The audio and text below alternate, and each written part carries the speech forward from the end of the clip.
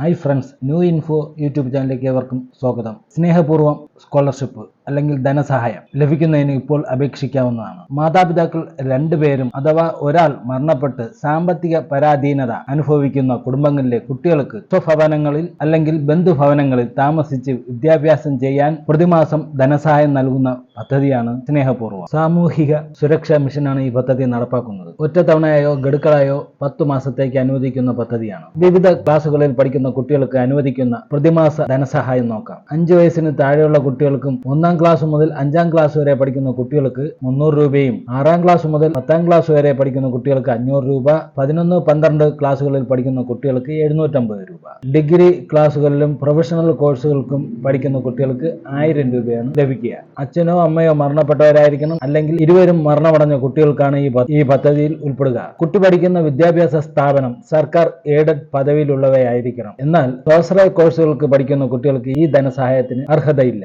കുട്ടികൾ സ്വന്തം ഭവനങ്ങളിലോ അല്ലെങ്കിൽ ബന്ധുഭവനങ്ങളിലോ താമസിച്ച് വിദ്യാഭ്യാസം നടത്തുന്നവരായിരിക്കണം. അനാഥാലയങ്ങളിലോ അത്തരത്തിലുള്ള ഇതര സ്ഥാപനങ്ങളിലോ താമസിച്ച് പഠിക്കുന്നവർക്ക് ഈ ധനസഹായത്തിന് അർഹതയില്ല. കുട്ടി അല്ലെങ്കിൽ കുട്ടി താമസിക്കുന്ന ബന്ധുവിന്റെ കുടുംബം BPL വിഭാഗത്തിൽപ്പെട്ടവരായിരിക്കണം. അഥവാ APL കുടുംബമാണെങ്കിൽ, ഗ്രാമപ്രദേശങ്ങളിൽ പെടുന്ന കുടുംബമാണെങ്കിൽ വാർഷിക വരുമാനം 20,000 രൂപ, നഗരപ്രദേശങ്ങളിലാണെങ്കിൽ 22,375 രൂപയിൽ കൂടുവാൻ പാടുള്ളതല്ല. വരുമാനം തെളിയിക്കുന്നതിന് വില്ലേജ് ഓഫീസറുടെ സർട്ടിഫിക്കറ്റ് ആവശ്യമാണ്. ഓൺലൈൻ വഴിയാണ് ഇത് അപേക്ഷിക്കേണ്ടത്. കുട്ടി എവിടെയാണോ പഠിക്കുന്ന ആ വിദ്യാഭ്യാസ സ്ഥാപന മേധാവി മുഖേനയാണ് കേരള സാമൂഹ്യ സുരക്ഷാ മിഷനിലേക്ക് അപേക്ഷ അയക്കേണ്ടത്. അതിനായി വെള്ളക്കടലാസിൽ സ്ഥാപന മേധാവിക്ക് കുട്ടി അല്ലെങ്കിൽ ജീവിച്ചിരിക്കുന്ന പിതാവ് അപേക്ഷ സമർപ്പിക്കേണ്ടതാണ്. മാതാവ്, പിതാവ് അല്ലെങ്കിൽ ഇരുവരും മരണമടഞ്ഞതിന്റെ ആധികാരിക സർട്ടിഫിക്കറ്റ് വേണ്ടതാണ്. BPL റേഷൻ കാർഡിന്റെ പകർപ്പ് അല്ലെങ്കിൽ അംഗീകൃത BPL സർട്ടിഫിക്കറ്റ് അല്ലെങ്കിൽ കുടുംബ വാർഷിക വരുമാനം നിശ്ചിത പരിധിക്കുള്ളിലാണെന്ന് കാണിക്കുന്ന വില്ലേജ് ഓഫീസറുടെ സർട്ടിഫിക്കറ്റ്. ഏതെങ്കിലും ദേശസാൽകൃത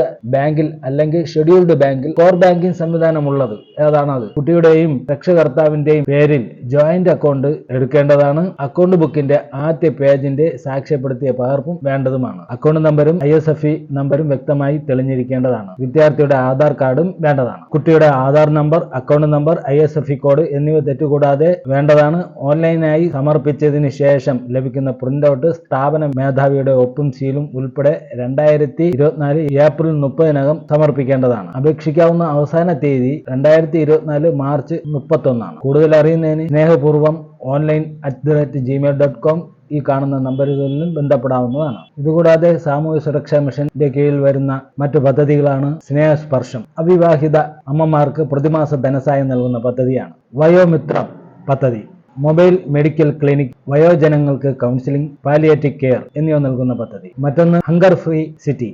നഗരങ്ങളിലെ നിരാലംബർക്കും സർക്കാർ ആശുപത്രിയിലെ രോഗികൾക്കും കൂട്ടിരിപ്പുകാർക്കും സൗജന്യമായി ഉച്ചഭക്ഷണം നൽകുന്ന പദ്ധതിയാണ്. ക്യാൻസർ സുരക്ഷ. 18 വയസ്സുവരെയുള്ള ക്യാൻസർ ബാധിതരായ കുട്ടികൾക്ക് പൂർണ്ണമായും സൗജന്യ ചികിത്സ നൽകുന്ന പദ്ധതി. ശ്രുതി തരംഗം കോക്ലിയർ ഇംപ്ലാന്റേഷൻ. ബധിരരും മൂകരുമായ കുട്ടികൾക്ക് ക്ലോക്ലിയർ ഇംപ്ലാന്റേഷൻ സർജറിയിലൂടെ കേൾവി ശക്തിയും സംസാരശേഷിയും ലഭ്യമാക്കുന്ന പദ്ധതി. ഈ സുരക്ഷാ പോർട്ടൽ വഴിയാണ് രജിസ്ട്രേഷൻ ചെയ്യേണ്ടത്. സൈറ്റ് ഇൻഫർമേഷൻ എന്നിവയുടെ ലിങ്ക് ഡിസ്ക്രിപ്ഷൻ ബോക്സിൽ കൊടുത്തിട്ടുണ്ട്. ഇത് മറ്റുള്ളവർക്കും ഷെയർ ചെയ്ത് കൊടുക്കുക. ഓക്കെ, വീഡിയോ ഇഷ്ടപ്പെടുകയാണെങ്കിൽ ലൈക്ക് ചെയ്യുക, ഷെയർ ചെയ്യുക, സബ്സ്ക്രൈബ് ചെയ്യുക. Thank you for watching.